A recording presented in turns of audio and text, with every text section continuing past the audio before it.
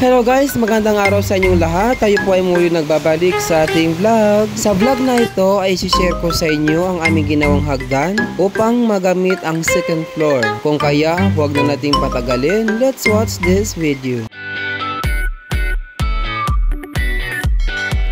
Please do subscribe and click the bell button for more videos.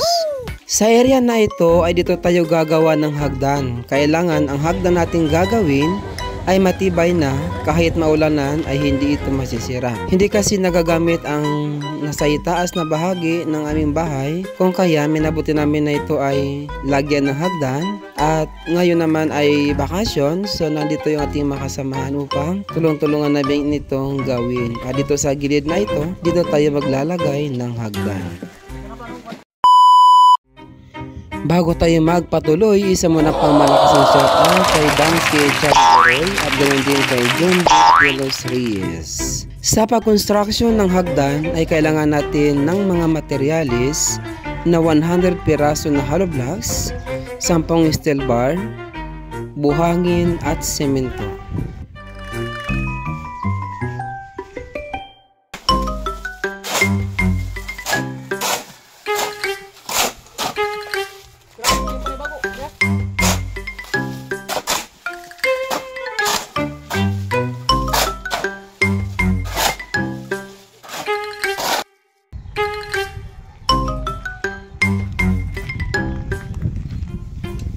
Ang hollow blocks ay dapat nakasenta ng maayos. Kailangan gamitan ng water level upang makuha ang tamang pantay ng mga hollow blocks.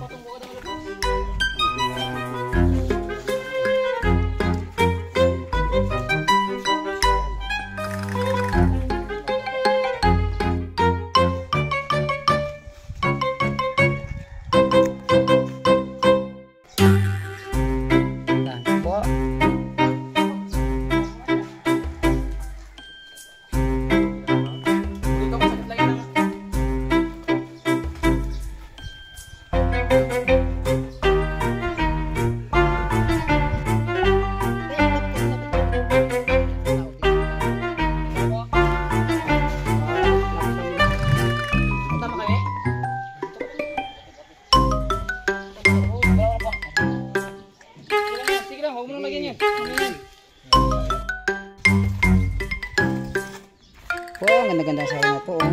Hey, ako bigyan mo.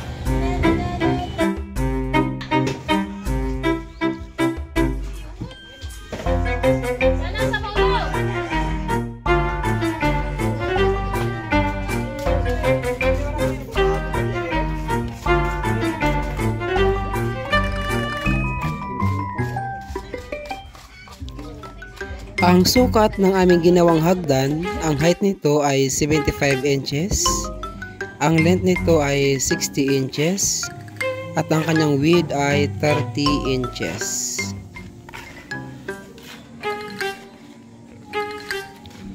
At ito guys, mukhang malapit na matapos yung aming ginagawang hagdan.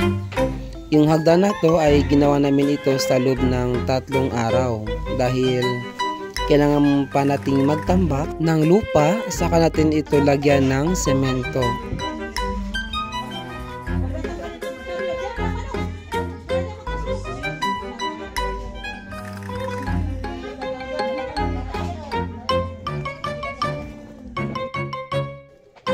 At finally guys, natapos na rin ang ating ginagawang hagdan. So ito na yung kanyang mukha. I-finishing na lang natin. Well guys, maraming salamat sa inyong panonood. God bless everyone.